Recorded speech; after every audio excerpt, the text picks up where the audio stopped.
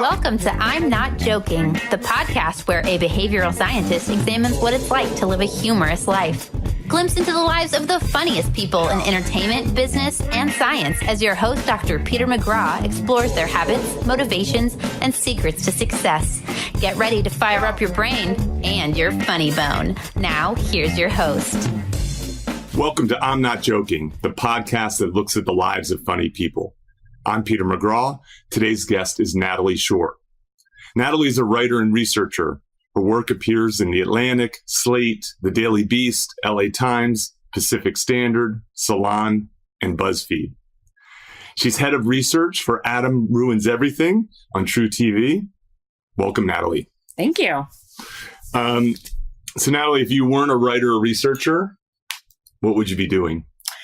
I think part of the perk of being a writer and researcher is it allows me to cover pretty broad swaths of territory so that I didn't have to make that decision in the first place. I guess I thought pretty seriously about law school, but that has some writing and research elements to it. So I don't know if that's a fair answer or not. I'd say it's fair. It's hard to imagine you as a lawyer. I mean, I can imagine you going to law school. Okay. But I can't. Like, what would your lawyerly life be like, do you think? I'm not sure. Who would you be suing? I mean, I think I'd try to work my... I try to work some, political or social angle, like some, public interest law of some kind. Okay.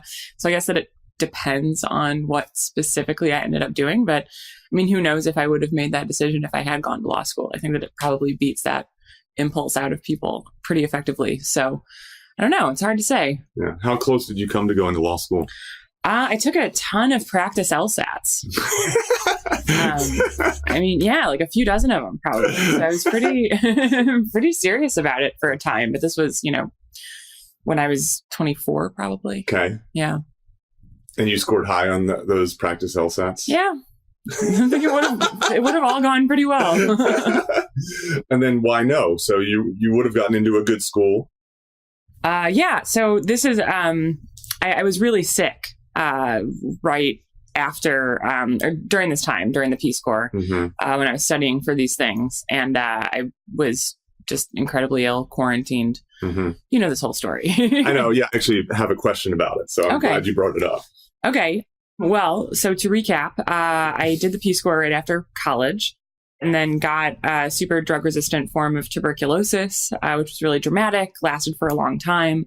I had to go through a lot of treatment, around 9 months of chemotherapy and 2 years of just, different antibiotic drugs. And so it was during that time that I was supposed to take the test, during the initial phase of that illness when I was hospitalized. So the LSAT wasn't an option. Things got busy. I just, didn't have the bandwidth to think about it for a while. Did the illness change your perspective in some way?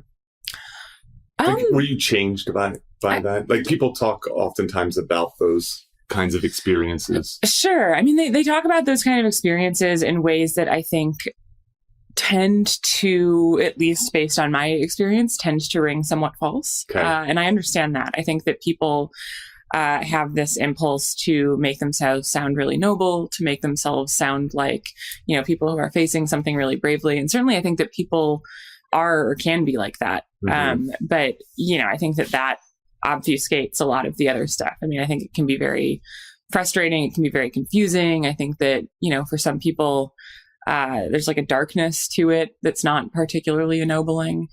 I think overall, of course, it's changed my perspective. I think it's made me a kinder person overall. I think I'm more patient with people than I might have been. But, I don't know how I've been changed in ways that would be fit for, an airport bestseller or anything like that. Well, yeah, there's work on what they call post-traumatic growth, which I think is quite interesting. So the normal narrative is you expose someone to something horrible, right? War, disease, addiction, sure, abuse, and it ruins them. You know what I mean? Like they spend the rest of their life dealing with these demons and that kind of stuff. And obviously that stuff happens, right? And there's been a lot of attention, on post-traumatic stress, but there's a flip to that. There's a reverse of that, which is growth. And I don't know. Yeah. I don't think that it's characterized in this sort of noble way per se, but rather more like the stories around it go something like this. It created a change in perspective. So my values changed as a result of it, right? That's what someone might say. Like, okay. I was too focused on my career and I decided to shift it to family, or Sure. I hated this job and I wanted to do something that was more in line with my beliefs. The other reaction that in the literature is that it often brings people closer together, right? Okay. So it kind of makes them more communal, more connected. They reunite with parents or, that kind of thing. I think some of it's search for meaning or just the value of recognizing the value of relationships and so on. Yeah. I mean, it's a little hard. I think, I was, when I got this, I was 23 years old. Mm-hmm. And so, it's a little harder to pin down what your beliefs and focus might be before that. I don't know. I just finished college and then was in the Peace Corps. And so I didn't have, I have a family, I have a sister and parents, but right. I didn't have a spouse or kids. I still don't. And so I think it would have been hard to make that particular decision.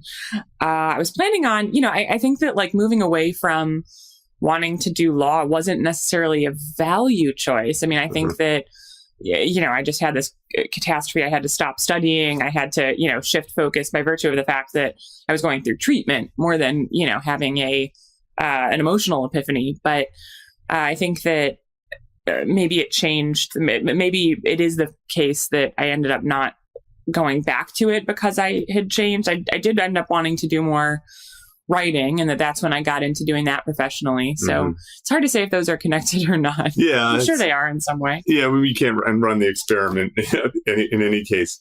So what I wanted to ask about this is something that I've noticed about you is you're an incredibly honest person, both privately and publicly, which I think is your public honesty is incredibly refreshing. Okay.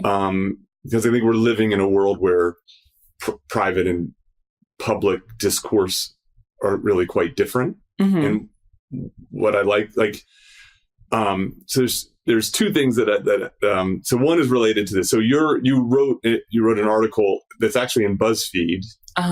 It's probably it feels like the weightiest thing that I've ever read in BuzzFeed. Okay. You've got some weighty stuff. Yeah, but that I've read in BuzzFeed at least. It's not a cat. So it's called Inconspicuous Consumption. Mm-hmm. And I remember reading this and going, and you basically open the story. People should read it, but you open the story with this very honest moment in your life. And I just remember at the end of the first sentence, I was like, whoa. I was like, I need to read this article. Okay. Because it was so vulnerable. Thing. And then, so we're friends on Twitter. Mm-hmm. And so when I met you had 3,000 or 4,000 followers. And now you have like 24,000 followers. Yeah, about like that. And I think, you tell me, I think that part of the reason that your that growth, largely organic growth,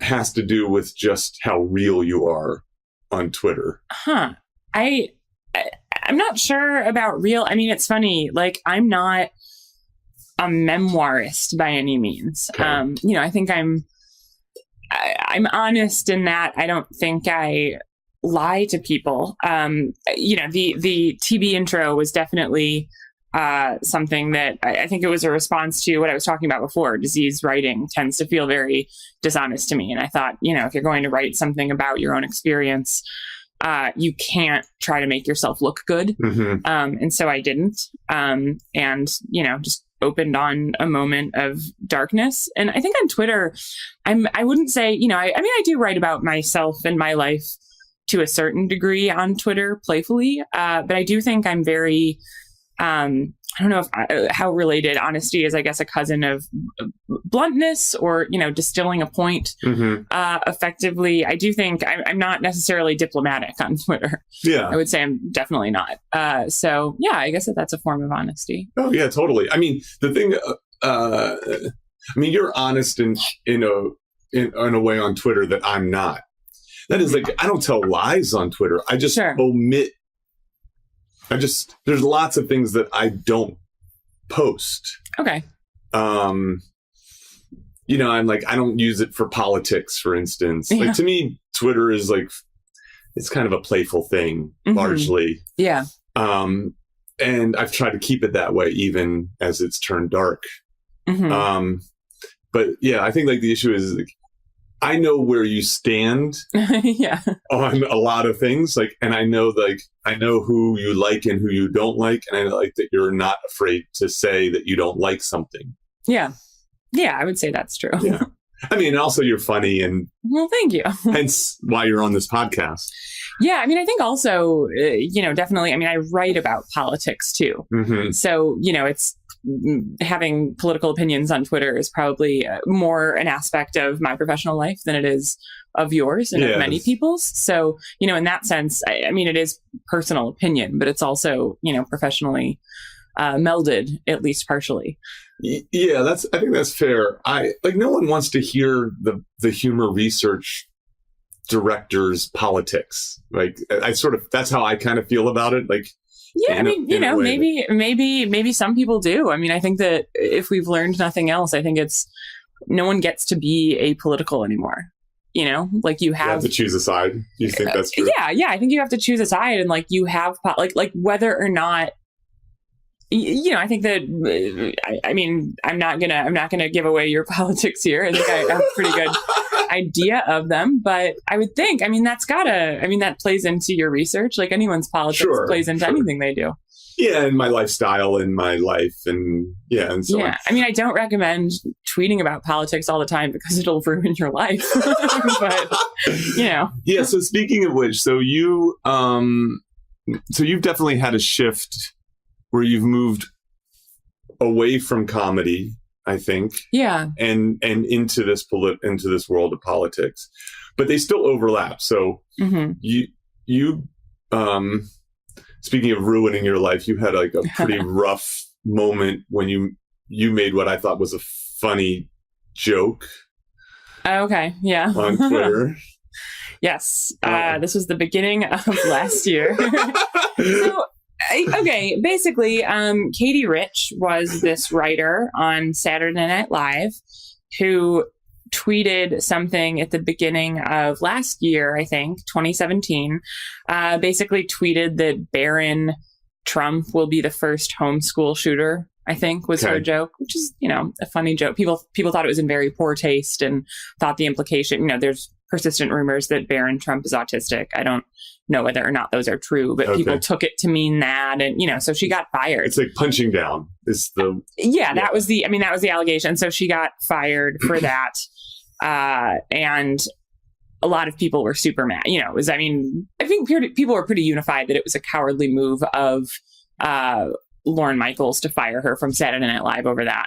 And so a lot of people were posting responses, and Ivanka Trump posted some tweet about, her putting her baby to bed. And I wrote a joke in solidarity with Katie Rich. I'd like to point out that this baby also sucks, which was a joke. Of course, no one feels that way. It's just like a generic little thing, just a complete sarcastic comment about how faux seriously people had taken the Katie Rich thing, and no one was actually offended by the Katie Rich thing either. They're just looking for things to, performatively point to and say, like, how dare the liberal media do this, so I guess I should have anticipated that they got mad at my tweet too. And it was really, for a few days, just completely inundated by thousands and thousands of tweets and emails and Facebook messages. I got a few LinkedIn messages.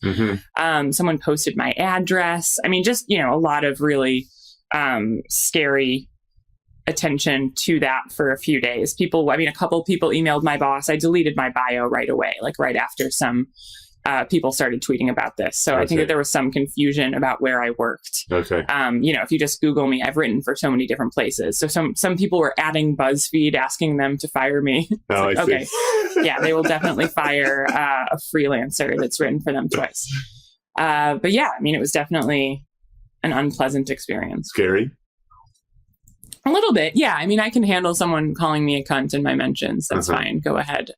But yeah, posting like phone numbers, address, some people, posting things like photos that they had to go through like 11 pages of my Google search results to find. Just, like that kind of thing. Just the feeling of someone really like obsessing over your life and looking for details on it. I changed my name on Facebook. Right. Haven't changed it back. Things like that. I see. Yeah. Okay. Now, does that experience, has it changed the way you behave publicly? Like, would you still, obviously you wouldn't tell that joke again, but yeah, honestly, like it doesn't, that experience taught me absolutely nothing in terms of right or wrong or you know what I mean? Like I'm still pissed about, like, those people were full of, it's not like, I still don't feel like I did anything wrong. It was a sarcastic remark. If anything, I guess I've learned a little bit about, if you're going to go through that much, like, make sure it's for a good tweet. Yeah. I wouldn't do it all again just because it was a silly tweet. I wouldn't have, I didn't need to post it. It was fine. But it's not like I think I've, grown as a person or learned anything about right and wrong, because they're still wrong. Yeah, no, I think it's an interesting, I can sort of imagine, you're like, oh, this is funny. You just fire this thing off, right? Yeah. You didn't think deeply about, Twitter's. Yeah. Not a place for deep thinking. Not like that. Yeah. That's in many ways. This idea of moving away from comedy, just a natural response, something you thought about, made a decision. How's that happen? What's happened? Yeah. And how would you characterize your comedic chops? Sure. For one thing, I moved away from comedy in terms of, I don't do stand-up anymore like I did in my mid-20s. My day job, I do work for a comedy television show. True. So it's not as if I've completely abandoned it. I think I've more abandoned my, or moved to a different role within it. But yeah, when I was living in New York City, in Washington, D.C. in my mid-20s, I did some stand-up. I was never, I was never trying to be a road dog. I was never trying to, get on to Conan or be a professional comedian. I kind of liked the fact that there were different roles in comedy that could, be blended with something more academic or more journalistic. Whether that's like working for certain shows, kind of like, the show that I am working on now didn't exist yet. But when I got a job as a researcher, I knew one of the writers first season, and they were looking for a researcher, and I had these academic qualifications. So that's what I moved to LA for 2 years ago, and have been promoted since. And I think it kind of just felt like I was scratching the comedy itch in my day job. I didn't, intend to. I kind of thought in my head that I would keep doing stand up, but I just stopped craving it, stopped really wanting to work on new material. The idea of, embedding myself in a new city scene just kind of felt exhausting, and I was enjoying going to sleep at a normal hour. Yeah, that stand-up thing is a grind. Yeah. There's late nights and I kind of just thought open mic experiences. And just the kind of stuff that I was looking to do, the like opportunities that I was hoping that stand-up would open up. I already had that job, and I kind of realized that I had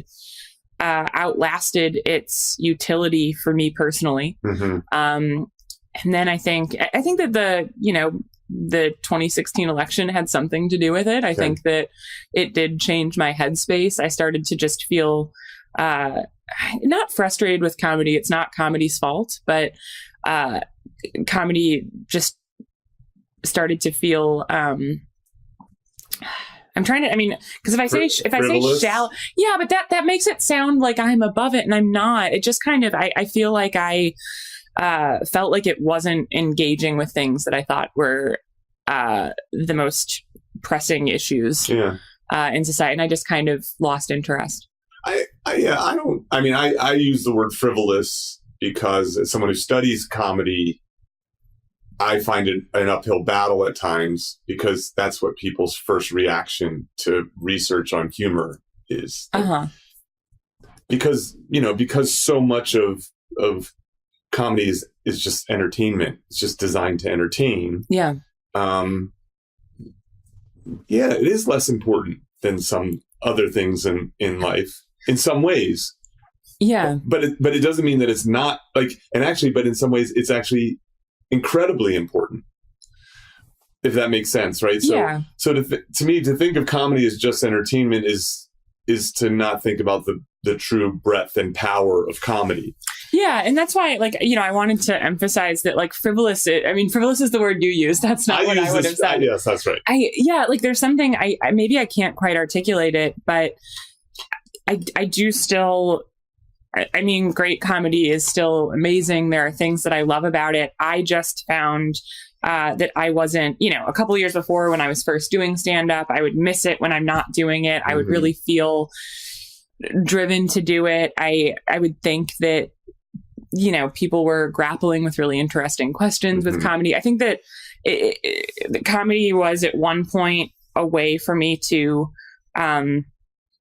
say and think about things that I really cared about. And then I think maybe the things that I cared about most shifted, or the things that I felt were the most important things to consider and grapple with shifted. And I just felt like comedy was coming up short as a tool to grapple with those things specifically. So, as I see it, I think I see it similarly.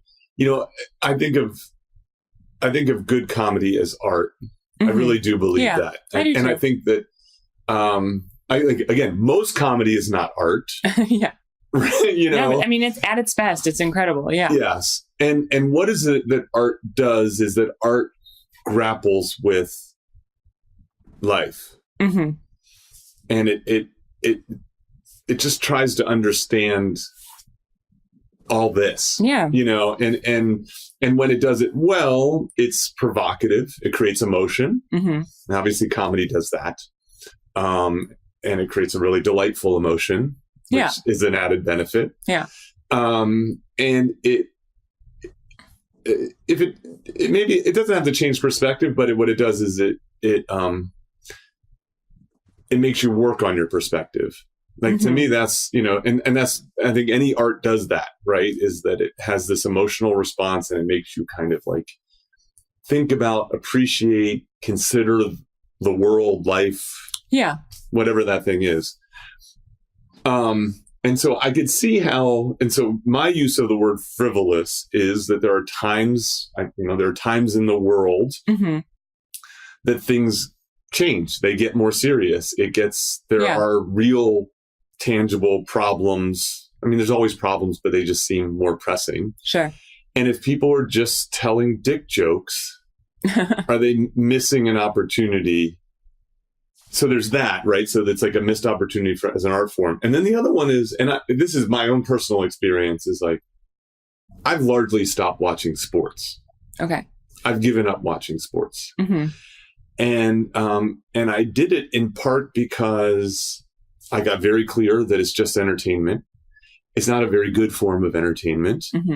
And that I actually didn't want to consume as much entertainment because I wanted to work on creative pursuits more. Sure. And I wanted to be more physically active. When I wasn't doing creative work, I wanted to be out and about, not sitting in front of a TV or sitting in an arena somewhere. Yeah.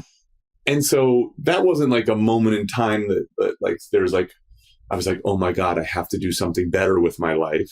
Yeah. But it does fit that idea. I just sort of slowly came to this thing that removing sports from my life was going to be doubly beneficial.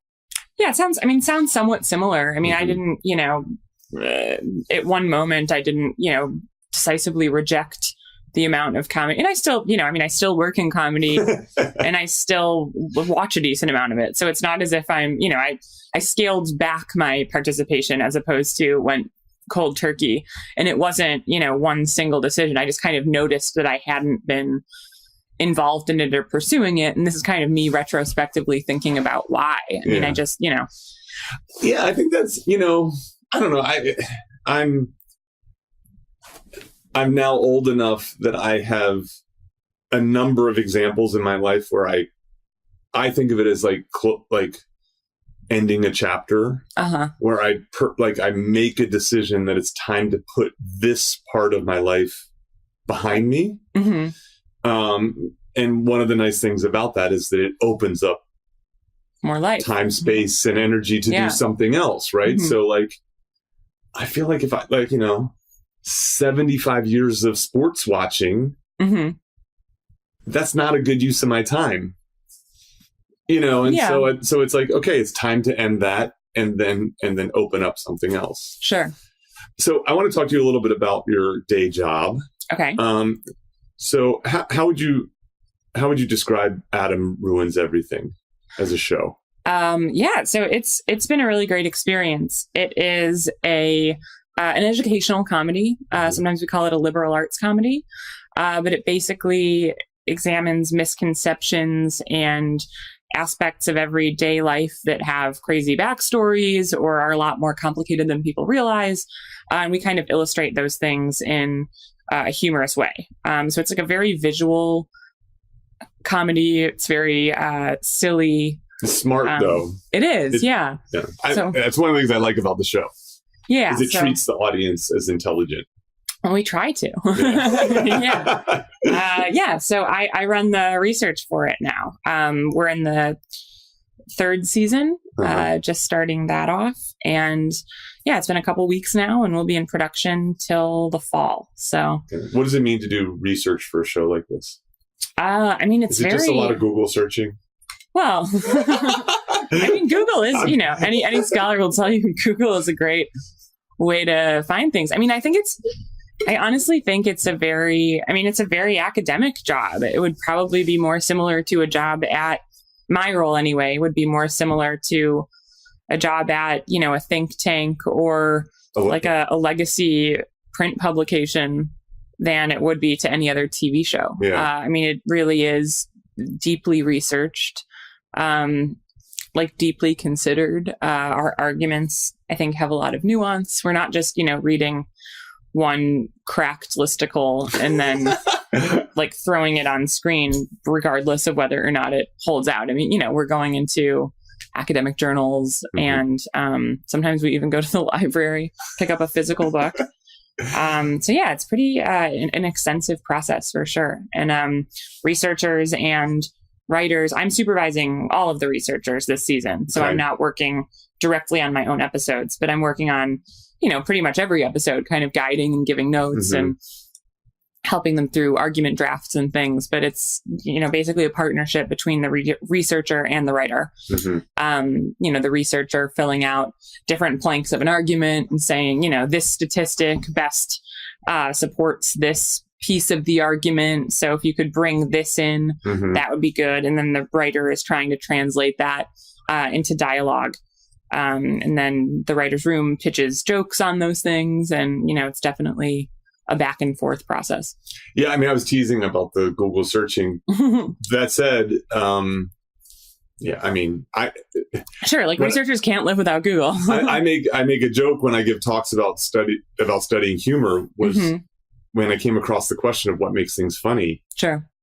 I typed what makes things funny into Google. Yeah. That was minute one of day one of starting my process. Yeah. And there was a ton of information that I had to just digest as a result of that. So that was actually the perfect place for me to start. If I had just picked up a journal article, I was probably not getting the full breadth of all the stuff that's out there. Yeah. And it's also a good way, a lot of the times if something's been reported in popular press, they link back to journal articles and you're able to, pretty quickly glean what should be in your literary review as you're kind of tackling this topic and trying to orient yourself within it. But yeah, I can't imagine not using Google. It's one of those things like Wikipedia is useful. They've got a very extensive list of citations, which tend to lead you to, popular press articles, sometimes scholarly research. I mean, these are tools that I think are so democratized that people disparage them. But yeah, they have like pretty explicit academic uses. Yeah. So you're a good writer. Thank you. I wish I could write like you. No, thank you. When you read these journal articles, what is your critique as a good writer? Of the writing? Yes. Gosh. I mean, I think academic writing, how mean am I allowed to be? You can, no, I want you to be, I started this off with how blunt you are. Yeah, I mean, I think that and I've done academic writing. I mean, I've been in, I've done PhD coursework and stuff as part of my MA degree. So I've had to write journal style articles before. And gosh, I think it would be so much easier to write if you just got to make whatever point you wanted without any care about word count or how good the prose is. I mean, that would be excellent. No, because, I've always thought that, I think that academics disparage popular writing for, catering to the least common denominator and not capturing these really complicated academic. No, they just have to figure out how to phrase it in such a way and how to shape it in such a way that doesn't bore people. I don't buy the argument that there's some, added nuance and headiness to something by virtue of the fact that it's written in an academic style versus whether it's not. I mean, I think, obviously some writers capture more nuance, but that's not limited to academics. I mean, being someone who captures a lot of nuance can happen in writing for a popular audience or writing for an academic one. A year or two ago, I reread The Big Short by Michael Lewis. And I did it because I was trying to figure out how he does it. Right? Because he regularly writes about complex, technical things, The Big Short being a very nice example of that. Flash Boy's other one. And does it in a way that's incredibly compelling. It's a great story. This stuff gets turned into movies, even technically difficult topics find their way. And so that's I think a perfect example. Yeah. And thank God he doesn't write for an academic audience, Again, I don't know what to do with this idea. I've been kind of kicking around. So I was saying what I like about Adam Ruins Everything is that it treats the audience as smart. Michael Lewis treats the audience as smart. Yeah. And I think that there's something, and so you don't have to, when you're communicating ideas, of course you want to communicate them in a way that's pleasing. Yeah. I mean, but finding a way to do it that's both pleasing and respectful of both the idea and the audience. Sure. I mean, you definitely have to do your homework. I'm not saying that people should just simplify academic ideas beyond recognition. Yeah. And vice versa. The opposite of that is academics should think about trying to please their audience. Yeah, I think that's true. And I think if people think that they have such a complicated, nuanced point that it can't be simplified at all, then that probably reflects more on their argument than, I think if you can't simplify something, if you can't possibly capture this nuance in a more simplistic way, I mean, perhaps you don't understand the argument, perhaps it's not logically cohesive. I'm very skeptical of people who say that, the nuance and, complicated ideas are the problem and you can't possibly distill this. Maybe revisit some of your content. I actually, the most powerful ideas in science are simple. Yeah. They're actually not complicated. A foundational idea of science is parsimony, right? When all things equal, we choose the simpler theory. Sure. The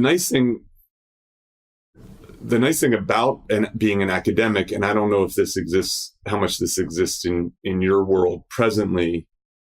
I think what happens is when someone has an argument that feels too complex, is they haven't done the work on the question. Yeah. Right. So I feel like I have like such a great job because I get to design both the solution and the problem. Okay.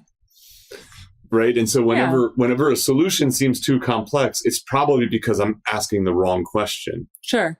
And so I can change the question in a way to make then the solution simpler. Okay. Yeah. So that's, making a point more cohesive by, changing its parts. Yes. Okay. I don't know if journalists get to have that luxury, right? Because sometimes the question is given to them. Yeah. I mean, it depends on what kind of piece you're writing and for whom. I mean, that's, that's a complex question that I can't possibly simplify. So on Adam Ruins Everything, you have say over the topic, right? No, not you, but the show. We definitely, we pitch and we shape. And then the way you ask the question associated with that topic, right? Is part of it. Yes. Yeah. I mean, usually the way that we ask questions on that show or the way that, we encapsulate arguments on the show tend to be... What's an example? Well, we try to, evoke a misconception in a lot of cases. That's so like one segment that we did first season was trophy hunting is good. Or, I mean, not literally, the way that was the pitch. And the argument is basically, when that lion got killed by that dentist a few years ago, people just lose their minds. They get so furious. And I think that, a lot of people agree that the existence of trophy hunting is, unsavory and they're not crazy about it. And most individuals, including myself, wouldn't want to go trophy hunting themselves. But in a lot of cases, countries that sell, just a few medallions a year up into, the six figures for a few of these animals, that creates an incentive structure by which the country or community protects the animals because they have a lot more value to them and won't, otherwise there's little incentive to stop poachers. And so what you see in a lot of cases is like there being a regulated bounty hunting initiative in a given country for a given animal actually improves their population. I see. Interesting. Exactly. So, I think that the classic example, I could be wrong. I think it's Tanzania that they've had legal regulated trophy hunting and that it's been beneficial to their elephant populations for all of those reasons, which is I think a super exciting, counterintuitive, interesting argument. Yes, right. That when you really do the reading is pretty difficult to refute. Yeah. And so we ended up, I think, structuring that act. It's very sensitive, obviously. People get upset about these things. So it ended up being shaped around the idea, if you care about these animals, you should support trophy hunting, something like that. And then try to lay out the case very sensitively. Yeah. That really lends itself to comedy. Yeah. Right. The reversal, the tension. Yeah. And I think that that's why a lot of the acts work. So we tend to try to start from a shared cultural assumption that we can flip. Yeah. Not every act has that. Sometimes an act is just about, some crazy backstory of a blasé aspect of life that you haven't thought about a lot. Other times there's just, some super fascinating connection that people haven't thought about, or an issue goes way deeper than people realize and we really suss that out. So it really depends on what topic we're exploring and what we're trying to say about it. Right. So you said a cultural perspective. What was how did you I think I said shared cultural assumption. Shared cultural assumption. So, in that case, shared cultural assumption being trophy hunting is monstrous. You should send me an email because there's all this moral psychology work on exactly this kind of idea. Okay. So it's this idea. So there's sort of these two competing beliefs about what they call consequentialism versus deontological thinking. Okay. Right. So the deontological stuff is very, in some ways, very religious, thou shalt not kill, right? Sure. Very rule based. Yes. Consequentialist is trade-off based. Okay. Right. So harm reduction. It becomes okay to kill under certain, if there's benefits and so on, costs and benefits and so on, right? And so this is a nice example of that, right? Like trophy hunting is wrong. That's deontological, right? That's the shared cultural belief. And then what you show, though, from a consequentialist perspective is actually, that's not clear. So, I mean, consequentialist would be like harm, I mean, my thought is, okay, at the end of the day, if your moral goal is to have fewer elephant deaths, then support the thing that results in that. That's right. Okay. Yes, that's right. So sure. Yeah. I mean, that seems like the better way to make moral judgments in most cases. Now, I mean, what's interesting is, I think the interesting part of the research that's been done is the flexibility in which people can move back and forth between these two belief systems. Sure. It's a way to think about, right, moral dilemmas. Okay. And a way to provide guidance there. And so what's interesting is like, you can move someone from a deontological perspective to a consequentialist or vice versa, which is sort of fascinating. It just shows how morally flexible we are. Yes. So I want to, there's a couple of things I want to cover before we finish up. So you've alluded to moving more into politics and into being more active in that. I have to ask this question because I actually think it's an important question before we get into things. So the difference between being liberal and being a leftist or being left, what is that? So a lot of people, this is a very contentious question. Which is why I wanted to ask you. A lot of people would disagree, I guess. And, these words are mapped out against a bunch of political tendencies, perhaps fairly or unfairly. I think in terms of how I think about it, I think that roughly the difference is that if you look at all of the, societal problems that we have, social, economic, political, that a leftist would basically analyze a lot of those and say, capitalism is the problem. We have to confront it, change it. We have to grapple with the problem of capital and capitalism. And then I think that liberalism would argue that if harnessed properly, capitalism can be part of the solution. Okay. So, market solutions versus public entitlements, public-private partnerships versus robust public sector that, under which the private sector operates as opposed to alongside of it. So someone who's liberal versus... I think ultimately it has to do with, their relationship to and critique of capitalism. Right. So they may have similar values, but different solutions?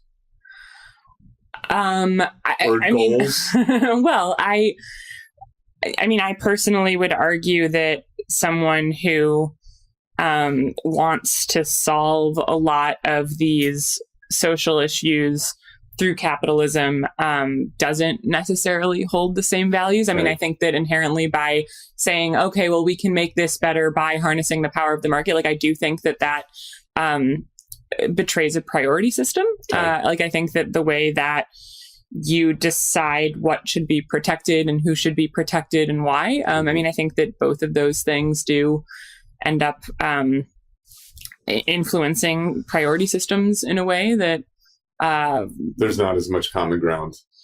I think that there is plenty of common ground. And I think that a lot of people who haven't broken these things down or are newer to these things or, take common arguments in good faith. I think that there are a lot of people who are not, the idea that everyone who voted for Hillary in the primary is a liberal versus everyone who voted for Bernie in the primary is a leftist. I don't think that that's a fair dichotomy because there's a lot more going on and you don't know why people vote. So I can't speak to other people's value systems or goals, but I also don't think it's fair to say that liberalism and leftism as, ideologies are in service of the same things. Yeah, I see.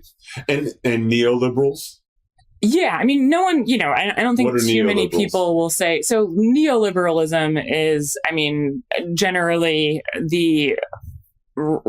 basically capital striking back after labor gains, and a process that took place over the course of a few decades from the 70s through the 90s, where, a lot of public sector gains and more closely related to leftist programs are basically privatized and shift toward, market More favorability. market, and so that's also, in 1973, that's when, average American wages basically freeze. And that's when we see since then this climb in capital income that's been climbing ever since. And now we're at levels that are, just as unequal as they were during the Gilded Age. I see.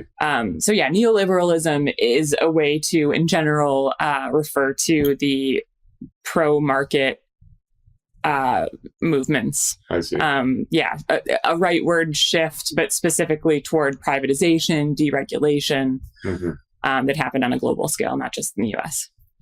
And how is it out there being more politically active than you probably have ever before in your life?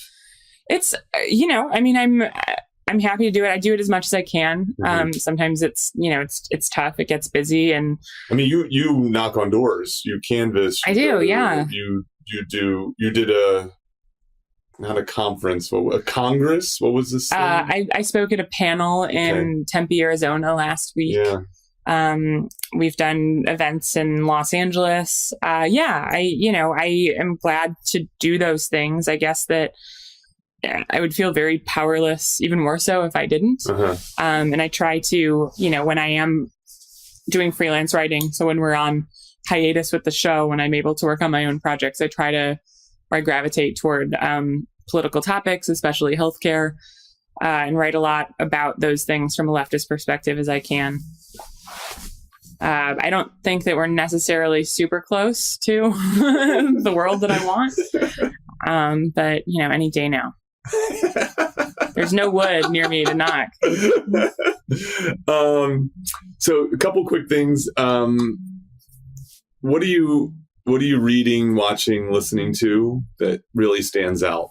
That you go, wow, this is superb. Okay. Besides Arrested Development.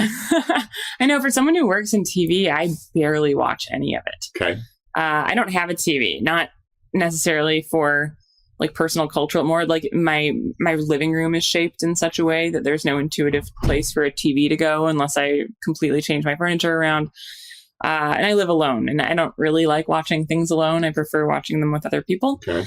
In terms of reading, I'm reading a book right now called Debt, the First 5,000 Years. Yeah, I actually, I have that book. I haven't started reading it Okay, yet. It's fascinating. Is it? Yeah, I've got it in my bag right now.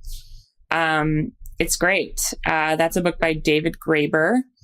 And it's basically a book about the history of the idea of debt. And, as such, the history of markets and how they emerged and whether they came out of political systems or vice versa, and how we got to a point where our moral language is about debt, owing someone a debt, owing someone something.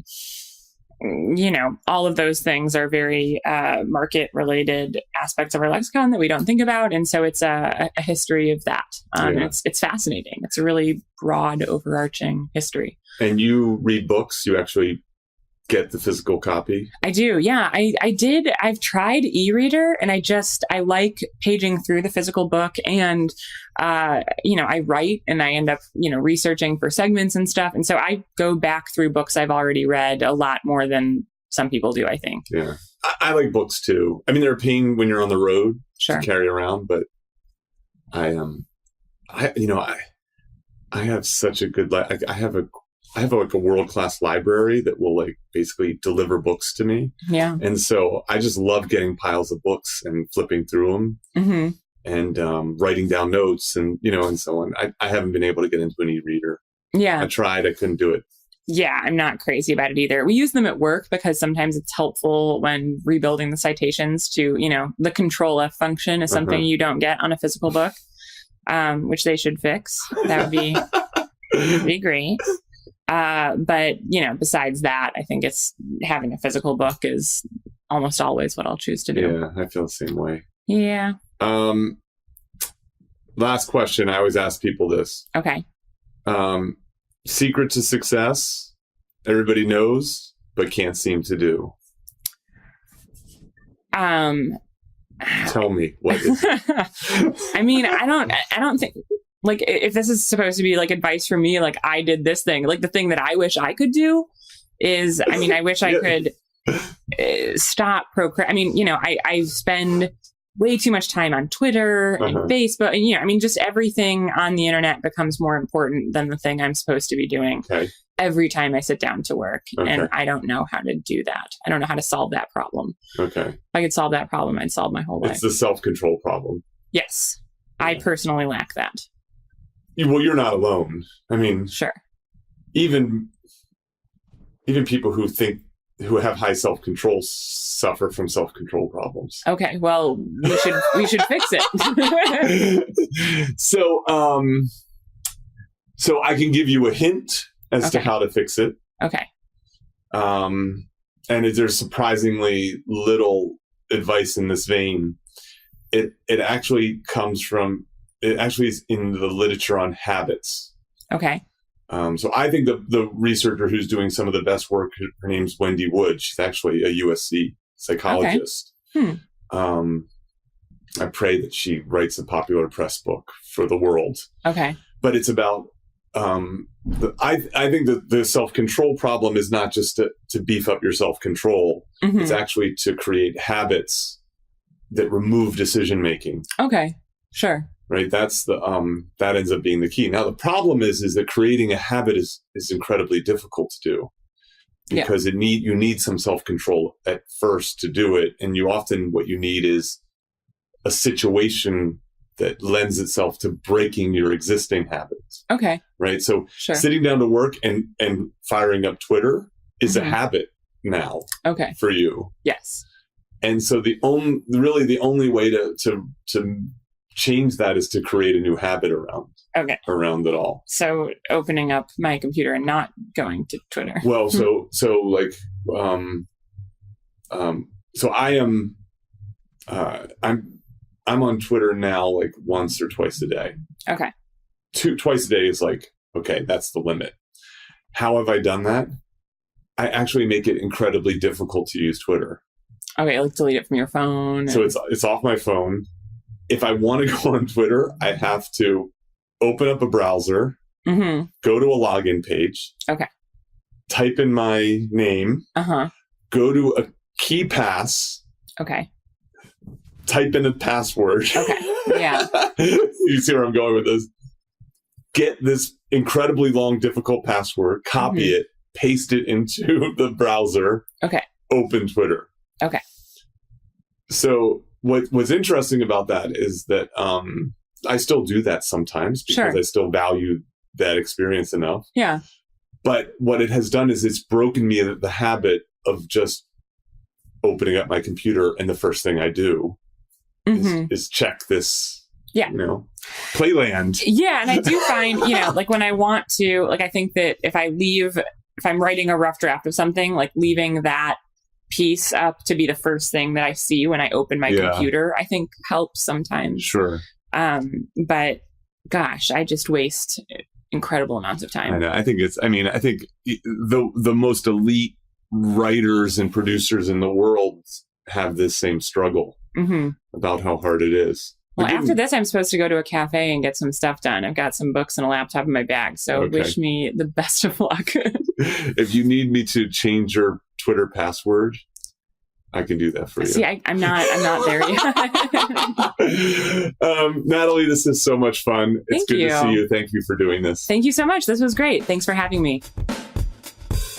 Thank you for listening. Don't forget to visit petermcgraw.org for more information about our guests, show notes, and social media links. If If you've enjoyed this episode, please subscribe and share with others.